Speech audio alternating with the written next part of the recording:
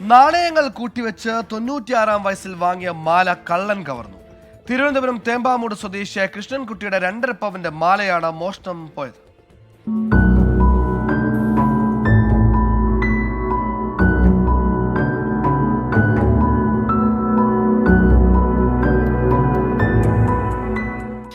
കൃഷ്ണൻകുട്ടിക്ക് ഇപ്പോൾ വയസ്സ് 101.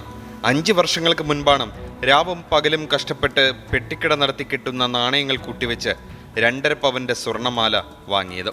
ഈ മാലയാണ് സിഗരറ്റ് ചോദിച്ച് ബൈക്കിലെത്തിയ സംഘം പൊട്ടിച്ചു കടന്നത്. സംഭവം ഇങ്ങനെ: തേമ്പാമൂട് നിന്ന് റസൽപുരത്തേക്ക് പോകുന്ന റോഡിലാണ് കൃഷ്ണൻകുട്ടി പെട്ടിക്കട നടത്തുന്നത്. ഇതിനിടെ ബൈക്കിലെത്തിയ 2 പേരിൽ ഒരാൾ ഇറങ്ങി സിഗരറ്റ് ചോദിച്ചു. സിഗരറ്റ് നൽകുന്നതിനിടെ തീപ്പെട്ടി വേണമെന്നും ആവശ്യപ്പെട്ടു. തീപ്പെട്ടി എടുക്കാൻ തിരിയുമ്പോഴാണ് മാല പൊട്ടിച്ചത്. മൽപ്പിടുത്തം നടത്തിയെങ്കിലും മാലയുടെ ചെറിയൊരു ഭാഗം മാത്രമാണ് കൃഷ്ണൻകുട്ടി ചേട്ടന് കിട്ടിയത്. ഇവിടെ വന്ന് 2 സിഗരറ്റ് 20 രൂപ നോട്ട് വാങ്ങി ഇവിടെ ഇട്ടിട്ട് സിഗരറ്റ് കൊടുത്തു. സിഗരറ്റ് കൊടുത്തത് പറഞ്ഞ തീപ്പെട്ടിയാണ്. തീപ്പെട്ടി അങ്ങ് പോകണം. ഞാൻ എഴുതി പോകാനും പിടിച്ചു. എന്നാൽ ഞാനും പിടിച്ചു ഒരു. അങ്ങനെ എൻ്റെ ഒരു വാഴ കയറ്റി അവൻ്റെ ഒരു വാഴ.